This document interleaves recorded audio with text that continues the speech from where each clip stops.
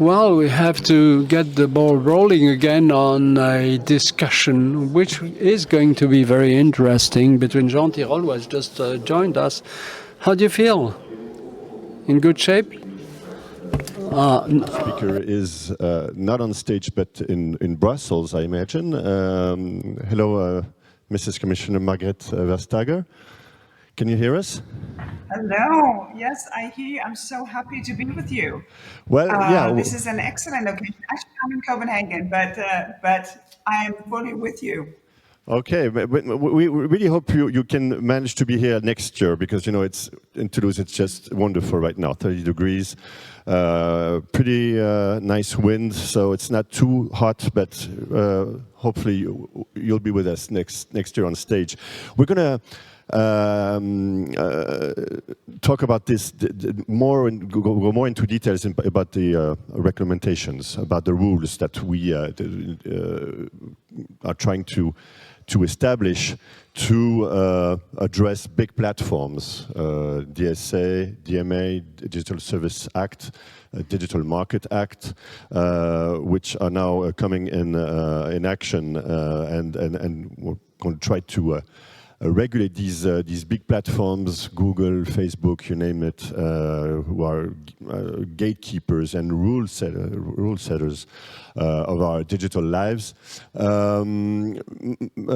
Commissioner, how does these regulations that are now in place can manage to, I don't know how to call it, you know, maybe cool down these big platforms and try to restore some democratic rules, accountability, oversight?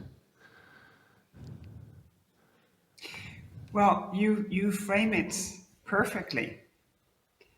And the thing is that this can warm up the rest of the digital economy by creating new market openings for all the many smaller players, while keeping big tech in check. I think the positive side of this is quite substantial. The fact that search data will be shared, the fact that data cannot be used against your smaller competitor, the fact that we as customers can choose to have another app store on our phone, that we can easily uninstall what is pre-installed to make our own choices about what services we want to use. So this is a change of the digital game to allow for that to be much more fair. And in doing so, we also strengthen our democracy. Because the effect of this is that what has been decided to be the rules of the game when we are offline, well, that will now also be rules of the game when online. And this is not a slogan anymore. This has real muscle with the Digital Services Act and the Digital Markets Act. And that, for me, is the crucial importance here, that at long last, democracy is moving in on digital to make sure that digital is regulated as we regulate the telco sector, the financial sector, the energy sector, everything of crucial importance. Of course, to mature also means to be regulated. Thank you. Jean, you want to react or? Well, first of all, I should thank Commissioner Vestager for participating, and thank you, Margrethe. I really appreciate that. Yes, I would say I will applaud what has been done in Europe. You know, all those acronyms, the DMA and DSA, IA Act, to regulate our platforms, to make sure that we curate the content on the platforms. You know, you can discuss the details, but the fact that Europe is proactive in those areas is very, very important to all of us, and we are seen as role models. There will be things to improve, of course. You know, we were also the first with GDPR. I don't like that much GDPR myself, but it's great because it's a start on moving and trying to protect the consumers in some way. So, and the DMA and DSA are very interesting. So we are going to discuss that. And there are really two big issues. One is market power, because we have those big platforms with so-called core platform services. So, you know, like search for Google, or marketplaces like the App Store for Apple or Amazon Marketplace. And it's very hard to duplicate, and that's one thing. And, you know, that's a contestability issue. We call that contestability in economics. Can a new platform replace Google, Amazon, or Apple? And then there's the issue of equity, which is there is an ecosystem around those platforms, like the App Store, for example, or the third-party sellers on Amazon. And are the fees they are paying too big? I mean, you think about the fees as being, say, 13, 15% for Amazon, 20% for Booking, or 30% for Apple. And also, do they get fair access? So there's the issue of self-preferencing, because those platforms, they don't only operate marketplaces, but they also are players in the market themselves, so that they can self-preference. So we have all those things, and the old-style antitrust is not appropriate because it's too late and too little, including in Europe. I mean, we don't have quite, it's all over the world, and we need to improve that. But at the same time, all-style regulation, the regulation we have used for telecoms, for electricity, for railroads, doesn't work. It doesn't work for two reasons. The first is that those GAFAMs are global platforms.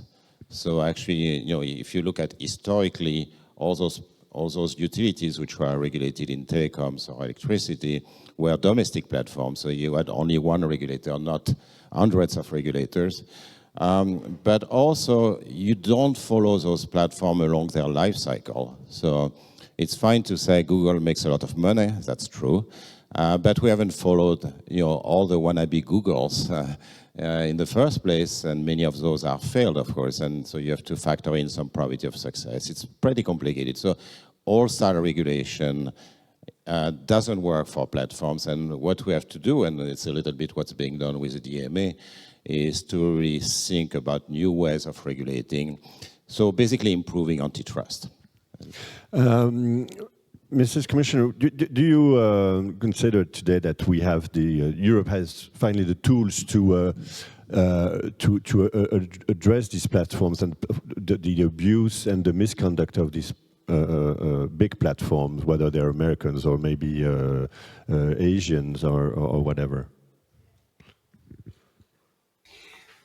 Well,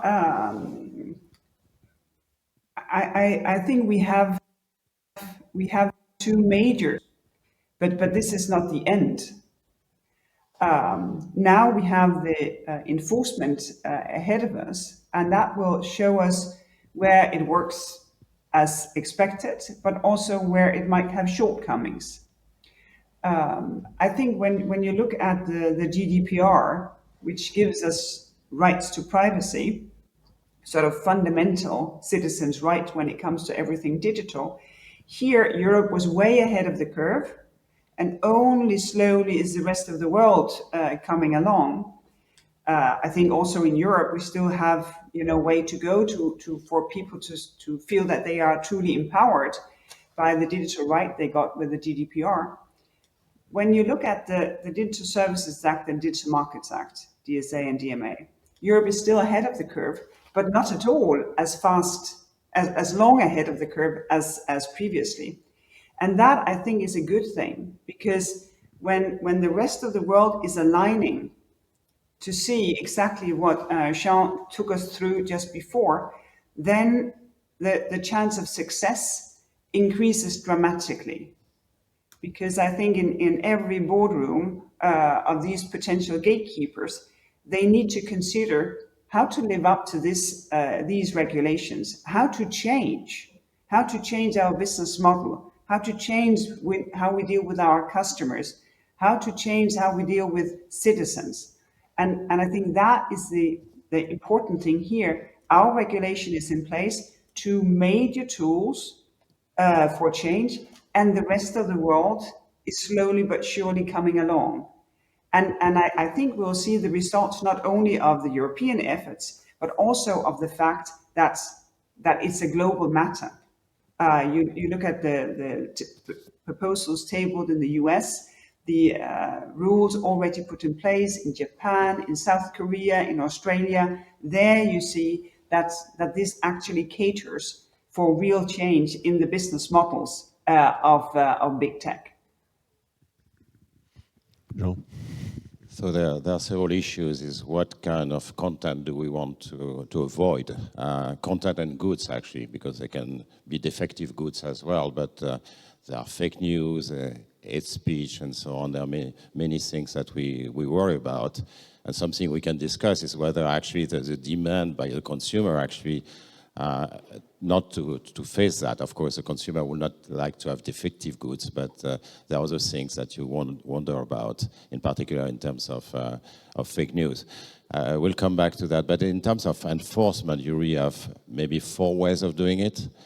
The traditional way is to ask an independent regulator and an independent court to do it, and they can give fines and the like. So that's nice. It's a bit on the slow side, and there are so many cases that it will be hard to do for a regulator or a court. You could have the government. Not so sure. I mean, do we want to be in Russia or China where fake news are defined in a specific way? The answer is no.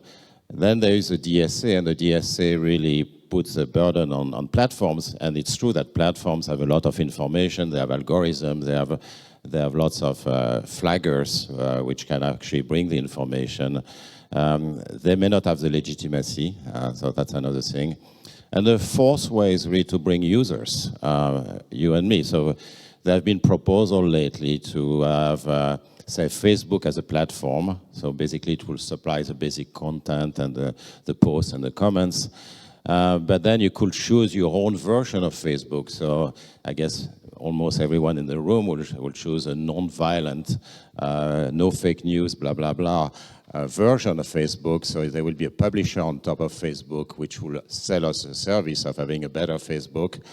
But you have to realize that there will be also a QAnon version of Facebook and all those different types of Facebook, because it's not clear that people necessarily want a non-violent and no fake news platform. So it's a little bit complex, and we have to choose between those 4 things, and probably putting aside the government, it's going to be a combination of the 3 other things that I've discussed.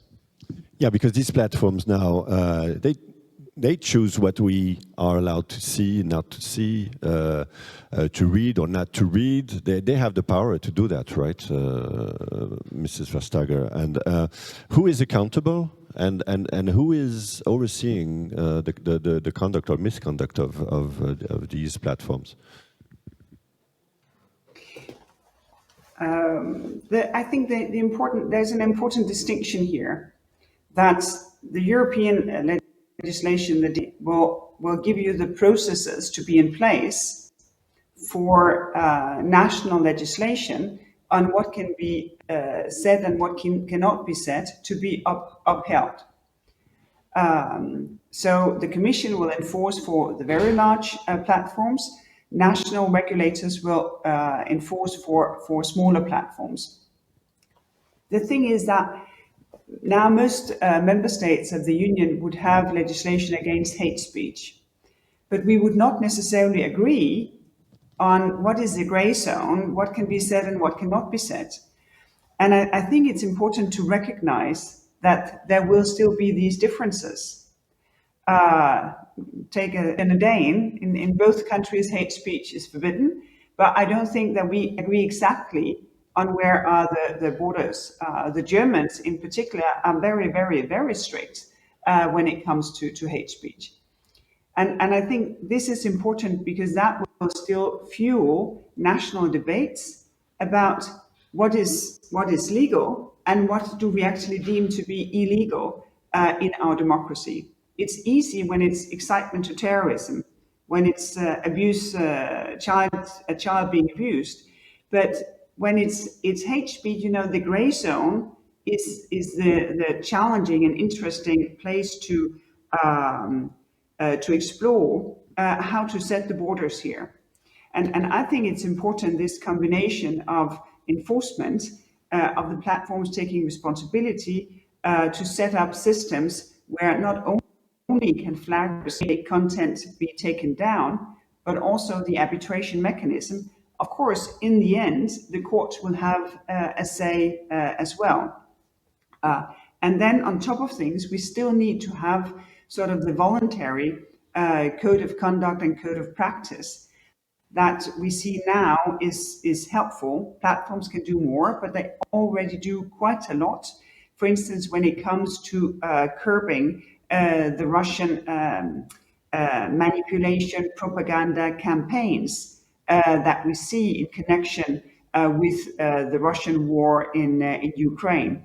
So I think it's a combination of the different measures that can give us the services of the internet, where you still have, freedom of expression, but where our democracy has set the borders as to what can be said and what cannot be said.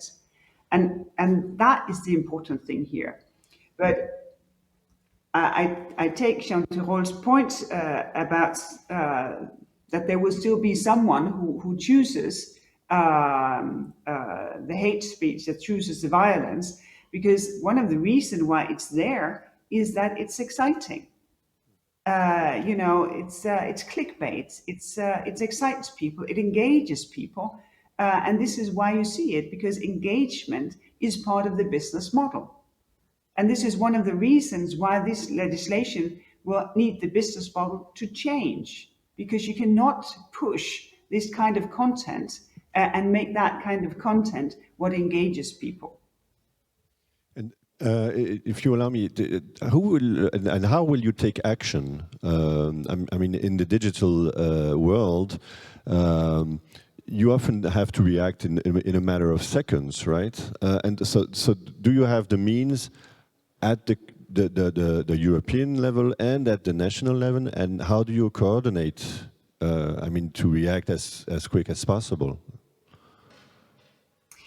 Well, what we will do and what the national regulator will do is to oversee that the platforms have set up a system that allows them to act this fast. Then there is a system of all the trusted flaggers who would say this and this and this and this and this. And of course, part of that will rely on automated services. But part of the system that they will have to set up is that if your post is being taken down and you say, okay, yeah, you might find that you disagree and you find that this is hurting, but it's not illegal, then you can complain about it. So we will oversee that this system is set up to protect your freedom of speech, while at the same time, if you're not right, protect the rest of us from what is illegal content. And I think it's overseeing that the system actually works. That is the critical thing. And the second thing that we will do is to oversee that the platforms has made the risk assessment. Can this service be used to undermine democracy? Is this service in itself potentially damaging to mental health? Because if that is the case, the platforms have a responsibility to mitigate these risks. And that has to be audited by independent auditors. And of course, we'd have the responsibility to oversee that actually this takes place. Jean? Yeah, I broadly agree with Margrethe. But the platform, of course, don't necessarily have the right incentives. And actually, Margrethe said that they want to keep you as long as possible and as interested as possible so as to sell advertisement at this stage. And of course, sometimes we are more interested in blood and gory details and interesting about fake news than the common good. And that's a difficulty, of course. And same thing with digital addiction. The platforms may like that in some way. So yes, you can supervise their processes, but you will also have to give guidelines. And that's not easy because we, as Margrethe says, we don't quite know what a fake news. I mean, there are lots of news which are very damaging without being wrong. I mean, you can be easily anti-vaccine without saying anything formally wrong. And that's very, very dangerous for our societies, of course. But that brings me to the broader picture, which is, do we want a rich or curated content, in a sense? richness comes from the users themselves. And if you take analogies, successful analogies, you have open source, you have Wikipedia, you have crowdfunding, but those are never fully anarchical. I mean, you always have someone who monitors and curates and organizes and coordinates. And that's important because there are costs to actually having a rich content by the users. The fake news is one, but there's also the economics of attention. I mean, I never read, for example, the comments on an op-ed, for example. You have 500 comments, and most of them are about psychoanalysis of the person who is writing the comment, and there are a few interesting ones. But, how do you find a few interesting ones, for example? That's a difficulty that hasn't been solved yet. At the same time, we know that richer content, which is not curated, of course, has benefits. First, it's very cheap. It doesn't cost anything to anyone, not the platforms and so on. And sometimes it's true that the mainstream thinking may be a little bit biased, and having out-of-the-box thinking can be useful. But I will be, on average, I will be in favor of substantial curation. We had an interesting example, a very concrete example of what maybe the Digital Service Act can do to deal with some particular matters, like Elon Musk taking over Twitter. Is the Commission looking at that closely? Is that a matter of concern or interest for the Commission right now? As I think people who uses Twitter will have noticed, Twitter has developed quite a lot over recent years. For instance, the feature to say, well, if you want to retweet an article, if you read it, there will be a small pop-up saying, don't you want to read this article before you retweet it? It can be when there is tweets about vaccines, that there will also be sort of a way to go, well, here you find sort of official vaccine information. So Twitter has developed a lot over recent years to live up to the code of conduct that they have signed up to. I personally would think that it would be a big loss if that was not still the case, because it is really helpful, I think, to have that kind of nudging for people to get to other perspectives than what they might be fed themselves. But no matter who owns Twitter, it will be so that, of course, Twitter will have terms and conditions that users will have to sign up to, but also if Twitter is offered as a service, it will have to live up to the Digital Services Act. No matter the ownership, there is no escape of that if you want to be in the European market. Jean, you want to react on this Musk and Twitter issue or not issue? I don't know. Of course, we can be a bit worried. I mean, of course, we all distinguish between Elon Musk, the engineer, the very extremely entrepreneurial and very interesting entrepreneur, and Elon Musk has his political opinions. But, as Margrethe said, the regulation should not depend on who is the owner, in a sense. It should be efficient. So it doesn't matter if Elon Musk is the owner, as long as Twitter complies with the regulations. But we have to think about those regulations. Actually, there is a recent study by a Chicago economist on Twitter where they have done some kind of randomized experiment, control experiment, in which you delete some posts and you see what happens. It was about hate speech. And sure, the posts were deleted, but the people who actually posted that actually read it more hate speech and actually got as much engagement from the users, and Twitter made as much money actually.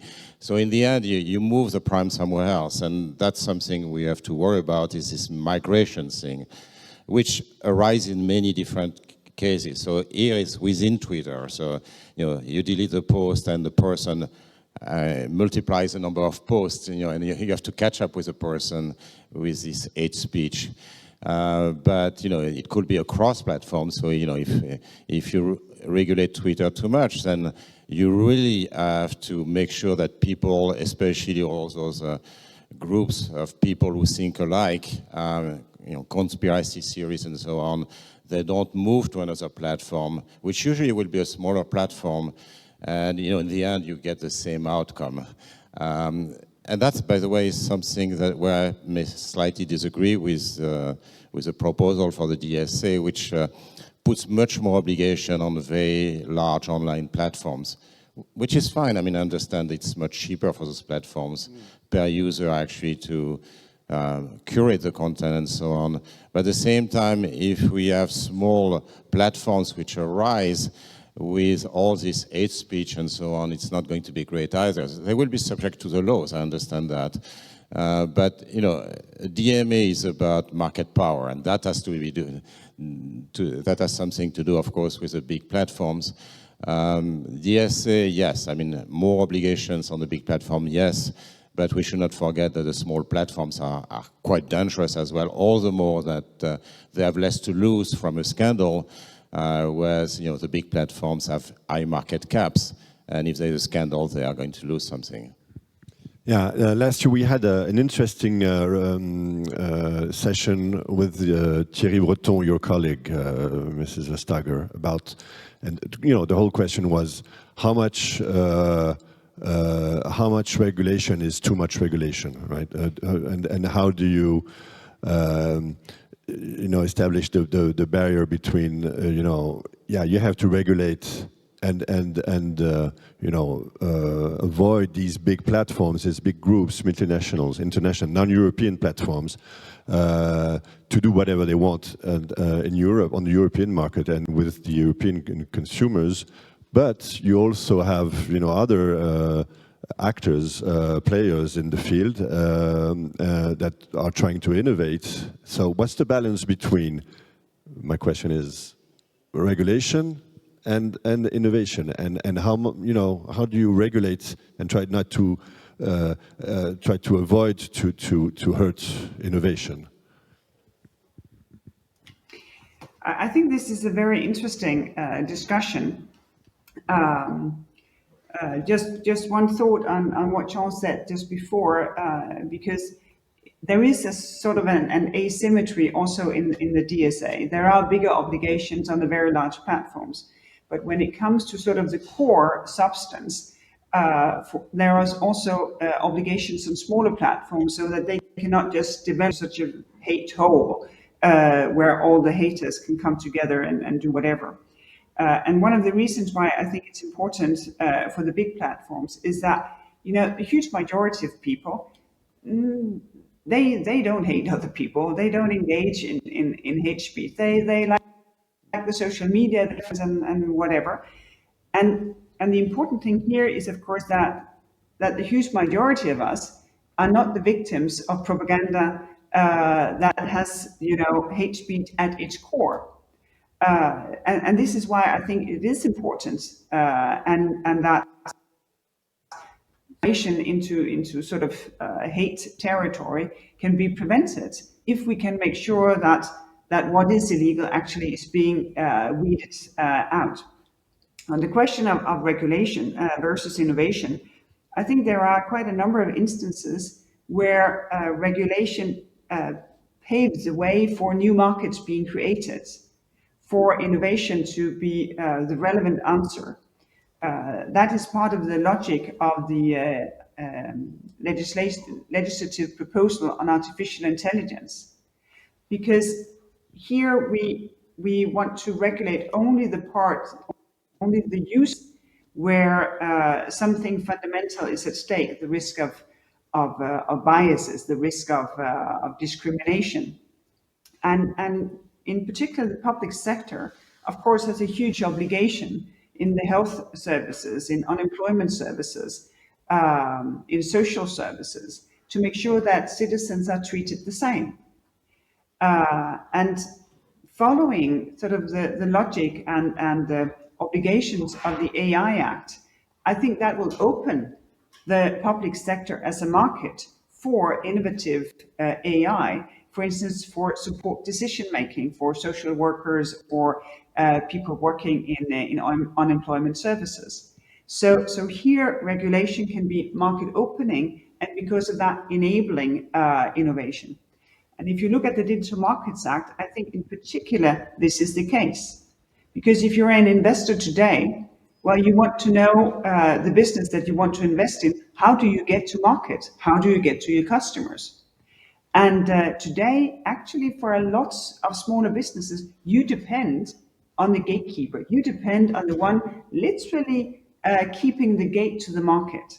It doesn't depend on your idea, on your work ethics, on your funding as such. It depends on someone else. And if we can take that gatekeeping away, it is likely that much more investment will find smaller, innovative companies. So I consider this regulation pro-innovation rather than the opposite. And Europe is prone for this. There is so much innovation going on. We just had the Trade and Technology Council hosted in Paris at the Saclay University. And I think that exactly proves the point. The dynamism, the entrepreneurship, the cutting edge research that translates into innovative projects.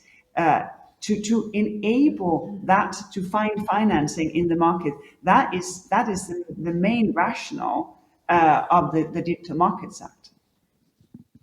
Gilles. So first, I would like to second Margrethe. Let's start with the fact that we don't like monopolies, right? And why don't we like monopolies? First, because they may charge high prices. I mean, in this case, more to advisors and to sellers, not to the consumers. But also because they don't innovate, and that's a question really. They don't innovate that much because they rest on their laurels and they don't want to cannibalize their own products. So we want to have entry, and we want to have entry both in the core segment, so search engine, marketplaces, social networks, and also in complementary segments, sellers. And the DMA, which is the antitrust part of the package, is really about fostering entry in both markets, in both segments. On the core segment by having interoperability, by facilitating multi-roaming, which is a technical term, but basically encouraging people to connect to multiple platforms, to be able to switch between those platforms.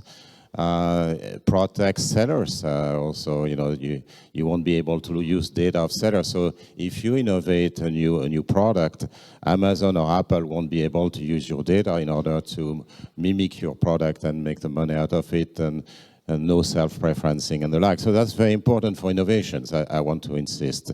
It's very important that you have DMA. Now, when it comes to national champions, I always feel very nervous. Maybe because I'm French and this term is always abused, and it's often more synonym for asymmetric information and friendship, as opposed to creating real champions. Even in Europe, we haven't really done industrial policy well. We need some kind of DARPA, something which is independent, run by scientists, take big risk, manage this project, and not what we do in Europe, and certainly not in France. And also we need an ecosystem, top universities. We need all kinds of venture capital and all kinds of regulation that favors entrepreneurship and don't send our best entrepreneurs to the US. I doubt it's not the government's role actually to decide who the winner is going to be. What the government can do is to create the infrastructure, create the knowledge, create the local ecosystem, like Stanford did and Xerox part and many others did for the Silicon Valley, where all the innovations are. The outcome is that we're still talking about national champions when we don't have any enterprise in the top 20 or almost none in the top 100 in the world in terms of market caps. So I'll be nervous about talking about national champions. We need them, of course, but it's not the government which is going to deliver that. Yeah, I guess Mrs. Vestager will agree with what your opinion on monopolies, right? Nobody likes monopolies, especially in this room. But what do you think about national or European champions? and what do they look like to you? Is that something positive or something you also must be careful? Well, first and foremost, monopolies like monopolies, and they do quite a lot to protect monopolies. The legislation that we have passed now has not come without heavy lobbying and barriers actually to get there. There's a lot of vested interest because monopoly like monopoly for the reasons that Jean just took us through. Because it's a really comfortable position. You can protect whatever innovation you did, you're not challenged. And I think that exactly is the key for European businesses to prevail. It is still to be challenged. Because if you're not challenged, then why move on and innovate to present better products, more affordable products, better services in the international market. What we are doing right now, I think, is really interesting. We have, for instance, a European project on batteries, where the different work streams in that addresses what no single company can do by themselves. For instance, the next generation of batteries, the recycling system for all of Europe when it comes to batteries, the digitization of batteries so that the battery will tell you, I cannot be recharged anymore, you need to recycle the elements of me as a battery.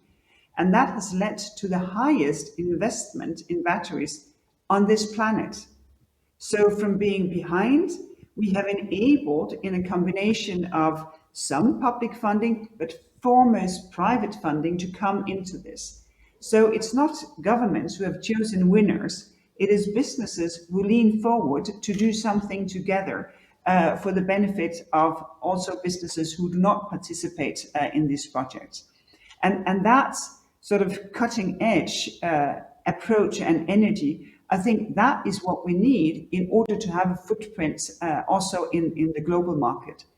And the second thing is that to have that global footprint, I think we should also appreciate what it is that Europe delivers. Because one of the reasons that we have retired sort of old school trade agreements is that we do not want to import, name damage, despicable labor conditions.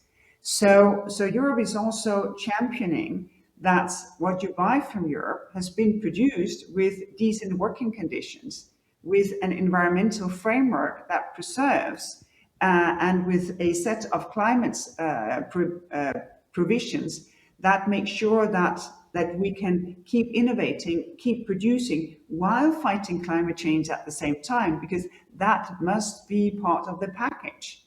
And that, of course, I think is what future-proofs European industry, because this is unavoidable also on a global scale.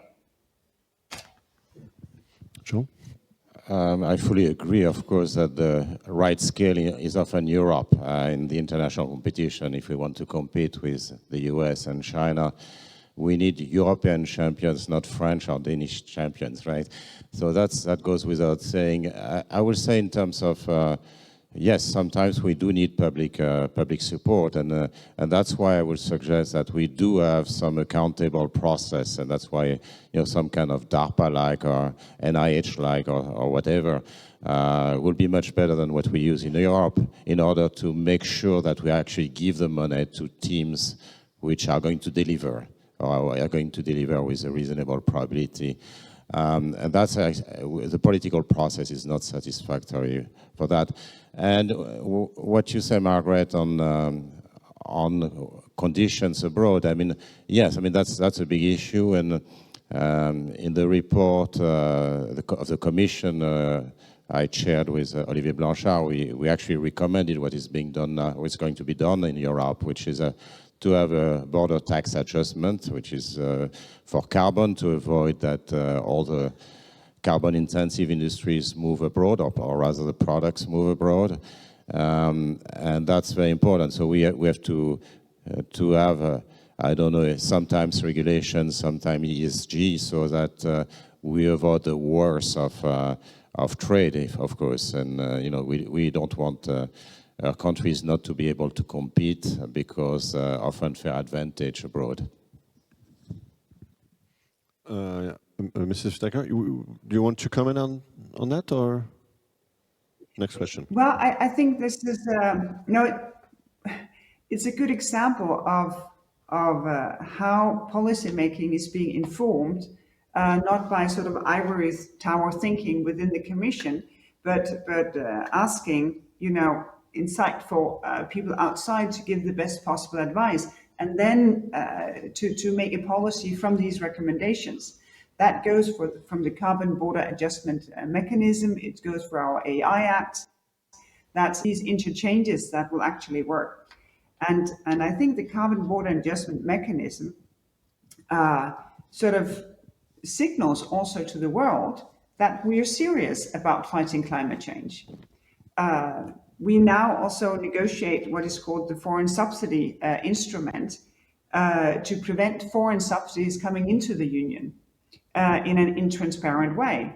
There's lots of state aid within the European Union. I'm the first to know because this is all authorized.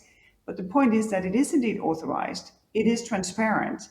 If competition is being disturbed, that is being checked. And this is why I find it 100% legitimate to have a tool to say, well, if foreign subsidies come into the unions, unlevel the playing field, and there are no benefits, of course, this must be addressed for reasons of fairness in the marketplace.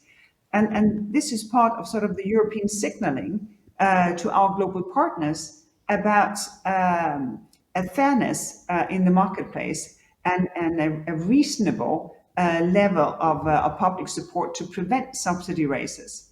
One of the, I think, really strong results of the Trade and Technology Council held in Paris with the Americans was the agreement on principle to prevent subsidy raises. That subsidies given, for instance, to semiconductors, production being established, should be only if necessary, it should be proportionate to the private investment, and it should be done in an appropriate manner.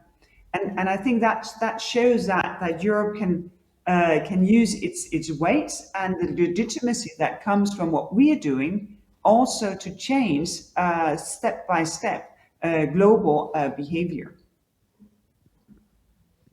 You mentioned AI.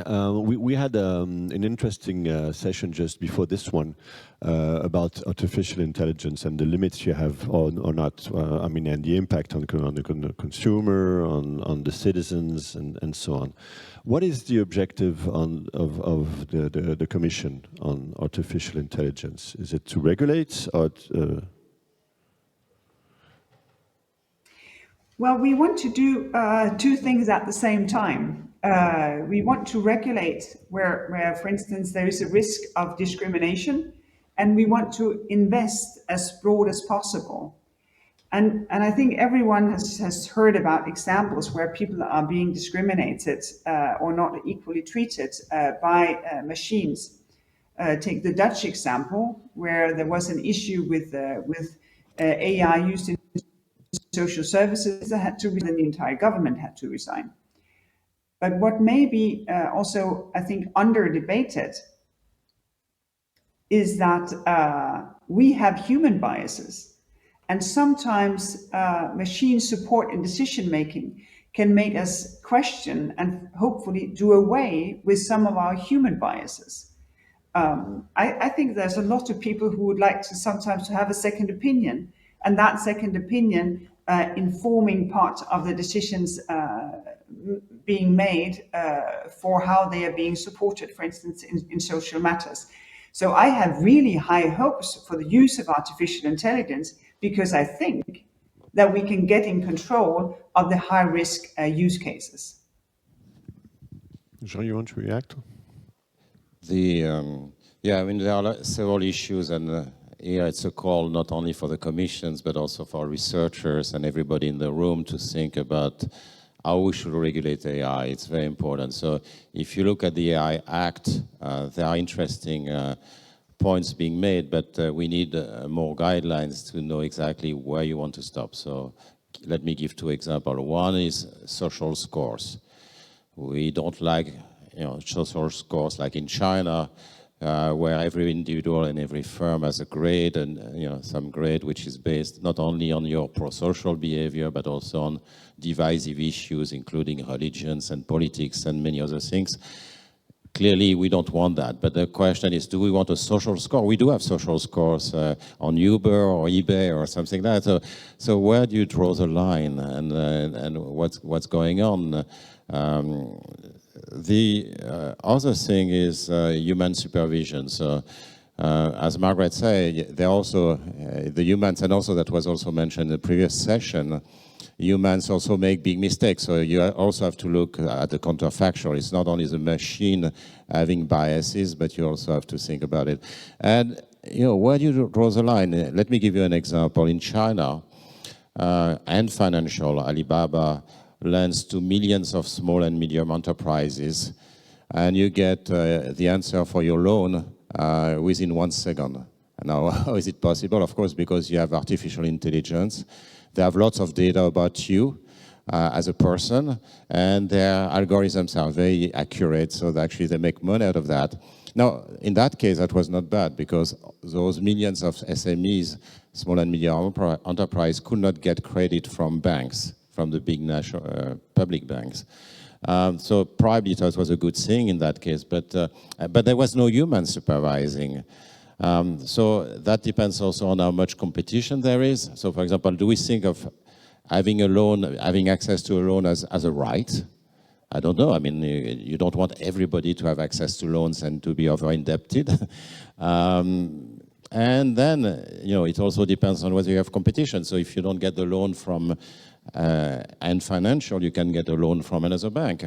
These are the kind of things where I don't have the answer, but we need to have answers. So I would say the lack of human supervision may not always be bad, because it reduces costs quite a lot. But I also see the danger of that. So we need to learn over time and make progress and get toward clearer guidelines on what can be done and not done. Mrs. Vestager, would like to react on this?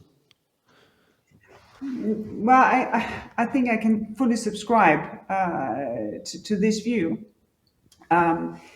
Just adding one thing on artificial intelligence, which is that since explainability can be challenging, especially as artificial intelligence develops, it becomes more and more crucially important that we know what kind of data is being fed the artificial intelligence, not only initially when trained, but also as it goes. So there are still, I think, many questions that needs to be answered when it comes to the use of artificial intelligence, and in particular when it comes to explainability of what is actually ongoing when something crucial is at stake. As it was just mentioned, getting a loan, getting access to a job, getting insurances, that the fundamentals of our society is being upheld, that we are here on an equal basis. Yeah, these artificial intelligence are competing more and more against real humans, right? Should you tax these artificial intelligence at one point? Mrs. Vestager, well, first things first, I would be really happy if we got to a situation where we could tax, for instance, some of the multinationals to achieve tax fairness. Now, of course, we have the international agreements, but we still need to implement. And taxing machines, fine with me. But first, when we have, a level of tax fairness with all the human activities that are not being taxed as we speak, hundreds of thousands of businesses pay their taxes, but some few, primarily bigger businesses who have the resources to escape, they still do. Jean? I agree. I mean, first we have to implement the tax treaties and which are going to be signed. So that's the first thing. Then we have to to have regulation, and which we have discussed. And taxing robots and AI and so on per se, that's a big debate among economists, because of course they take jobs, sometimes they create jobs as well. And there's a big debate about that. And now we don't want to be Luddites and basically stop our growth and basically have no purchasing power, which will go down because we are not using the new techniques. The big challenge, I would think, is not opposing robots and opposing AI. We are going to get them, we want them. The big challenge is going to be the quick disappearance of jobs, and sometimes very skilled jobs. And that's a labor and dignity issue, and taxation, personal taxation issue and subsidies, safety net, which is we have to solve. And that has little to do with the technology itself. There's been technological progress for 200 years, and it's very welcome. We are not going to get rid of toothpaste because it's going to reduce the number of dentists, right, or something like that. It doesn't make any sense, and we would not forego all those things that are so nice. So we need robots, we need AI, and the question is how to regulate, but also think about the labor market implication, because they are going to be violent. The difference with the past is that it's going to go much faster in terms of job destruction and job creation, and that, of course, is disruptive, and we have to think about what's going to happen to our societies, which already are in kind of trouble. Yeah, a world where AI and humans can live together, right? Maybe one last question before we wrap up. You both mentioned that more needs to, of course, these regulations are a good step in improving things and making the things better, the market better with these co-living with these platforms. But you also mentioned that more needs to be done. So what needs to be improved and how? Mrs. Vestager, would you like to answer? Yeah, first things first, we have the political agreement on the DMA and the DSA. We need to enforce it. We need to show people that this works on ground, that real changes comes from this. And I would hope also in parallel that work continues on making the GDPR something that makes every individual feel empowered. Because all of that has this very fundamental aim to make sure that technology serves us as citizens. And I think that should be our guiding star in everything we do, in how we implement the new legislation we have, in how we look for loopholes or things that are missing. Then the guiding star must be technology should serve humans and improve our societies. Because I think Sean's point here that technology has brought improvements, better health, better connectivity, education, the list is endless. But only if we can keep ensuring that the positives by far outweighs the negative. And the speed is doing that is becoming more and more challenging, no matter if you're a union, if you're an employer, or if you are in government or politics. Jean? Yes, I think we need to improve GDPR quite a lot, but we also will have, and everybody knows it, we need to really now to improve DMA and DSA, even though they are very good steps. We have to realize the incentive of platform, but also the incentives of people. So motivated beliefs is one of the issues, right? We want the narratives that we like, and we want to believe what we believe what we want to believe in. So that's always going to be an obstacle. And in terms, it's not true that we always want to have the truth. We have to think about algorithmic monitoring. This is complicated because you have to think about what you request from algorithm. The algorithm will find a way of maximizing profit, but then in the process may do lots of things which are opposite to the DMA, for example. So it may, for example, offer best price guarantees, most favored nation clauses, where basically your platform guarantees you the best price. That's going to be legal under DMA, and I think rightly so, but the algorithm will find that. But more generally, we'll find that actually it's profit maximizing. So, what kind of, how do you control algorithms and the like? So it's not going to be easy, all the more that the staff is going to be relatively small. I mean, we need more computer scientists, we need more economists and so on. And that's going to be a real challenge. And then I could go on and on with the challenges we have to face with the DMA, but let me emphasize those are very, very good starts. Thank you, Jean. Thank you, Mrs. Vestager. And well, I hope we can check on these improvements next year with you on stage, Madame la Commissaire. Thank you very much for your time, and thank you to you all. Thank you.